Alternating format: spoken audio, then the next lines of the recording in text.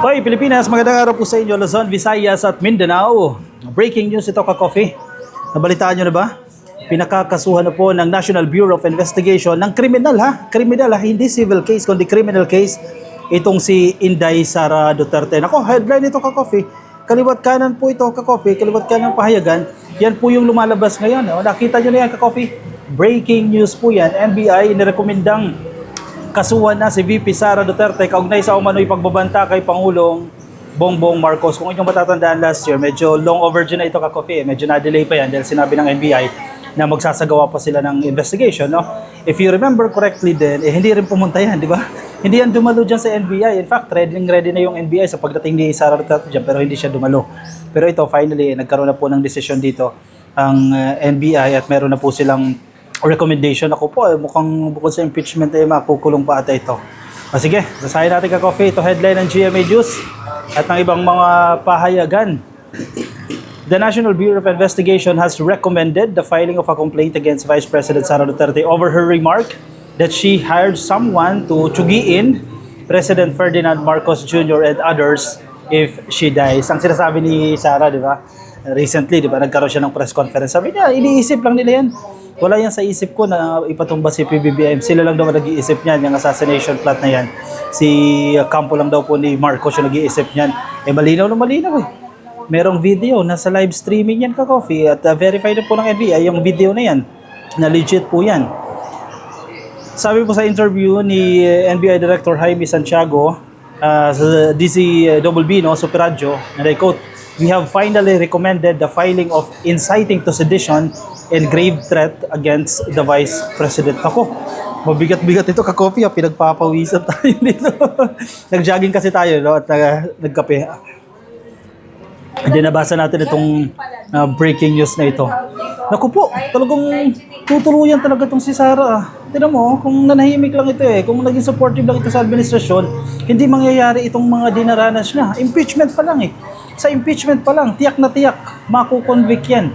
Yung articles of impeachment, yung 7 minention doon ay napakatibay niyan. Ano pa ito? Naku, criminal case ito. Naku, makukulong pa talaga. Naku. Wala nang matitira dito kay Inday karma, di ba? Bilis ang karma. Naisubmit na nga po namin sa Department of Justice at ang magtitimbang-timbang ng aming mga ebidensya ay ang DOJ, whether they will conduct a preliminary investigation on the matter, sabi po ni NBI Director Jaime Santiago. Anong susunod niyan ka-coffee? Once na nasa DOJ na yan, mag-conduct ng preliminary investigation, malamang sa malamang hindi yan pupunta si Sara Duterte, kundi yung kanyang mga tauhan lang yung pupunta niyan. And after that, naku, pag masampahan na yan sa korte, mag-issue ng warrant of arrest, makukulong. Ang galaitin ng mga DDS niyan ka-coffee. Sigurado lalabas itong mga DDS sa kalsada at magsisisigaw yan. Ako, tiyak na tiyak dyan ka-coffee. Sa development ngayong umaga alas 10 pa lang po ngayon ng umaga, dito sa Pilipinas, medyo kapuputok-putok lang po ng balitang ito. Tingnan mo, expect ninyo ka-coffee in the coming days, tatakbo sa labas yan. Magrarally yung mga DDS na yan dahil tututulan nila itong rekomendasyon ng NBI na kasuhan si Inday Sara Duterte. Sige ha, dalawa na yan, impeachment at criminal case. Nako, tapos ang career. Tapos ang career sa politics. GMA News Online reached out to the camp of Duterte for comment and will publish it once available. In an online press briefing in 2024, Duterte said that she ordered someone to kill First Lady Liza Araneta Marcos and Speaker Romualdez if an alleged plot against her succeeds. Sabi niya, ano lang daw yan katang-isip lang yan ng mga Marcoses.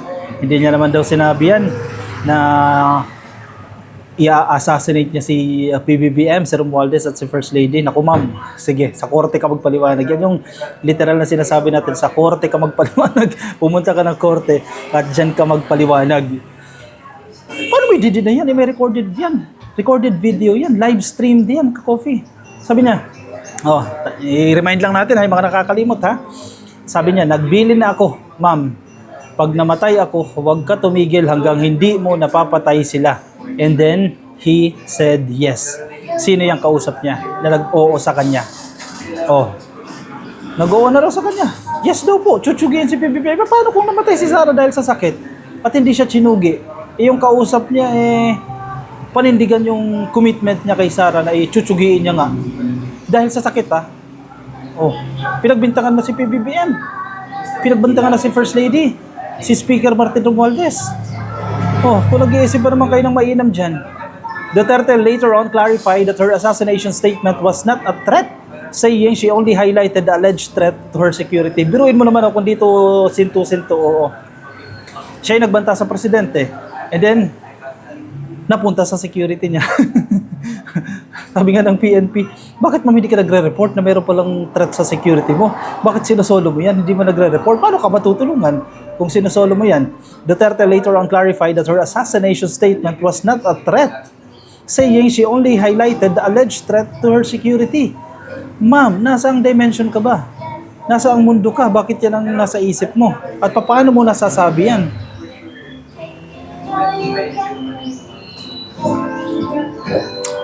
Wala na talaga sa hulog itong si Sara. Yan, mahuhulog ka. Sa kulungan ka mahuhulog dyan. Mai-impeach na. Ang consequence kasi ng impeachment, hindi ka na makahawak ng kahit anong posisyon sa gobyerno. Elective man o appointive yan.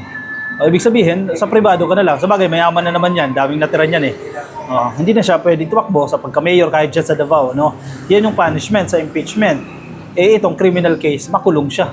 Nako, sirang-sira siya dyan. And isa pa ha, ka-coffee, ito naiisip ko lang. Tansya-tansya ko lang ito. Kapag ma-delay ang impeachment na yan at mauna pa itong kaso, itong criminal case, baka maging parte pa yan ng articles of impeachment, baka pwedeng may addendum, no? O idagdag yan ng prosecutors ng House of Representatives itong criminal case na pinapasampa ng NBI. Magiging parte pa yan ng impeachment. E di lalong lumala na yan. Diba? Sige. 7 na yung articles of impeachment dyan. O yan, mas magiging 8 ba o titiba yung isa dyan? Kasi parang may isang parte doon na papasok dyan yung pagbabanta sa buhay ng presidente. Mas titibay na yan. Dahil, ibig sabihin, ang NBI, kung ganito na yung kanilang rekomendasyon, nagkaroon sila ng masusing investigasyon at their level, na-determine na nila na mukhang nagkamali si Sara Duterte dyan. Kaya nga, nasa DOJ na yan, timbangin na yan ng DOJ para masampahan agad yan. Depende sa DOJ, no? Kung magkakaroon ba sila ng preliminary investigation. Tingnan ko lang ha, ka-coffee, kung anong update sa Department of Justice as of this moment, no? Kasi wala tayong nakikita pa.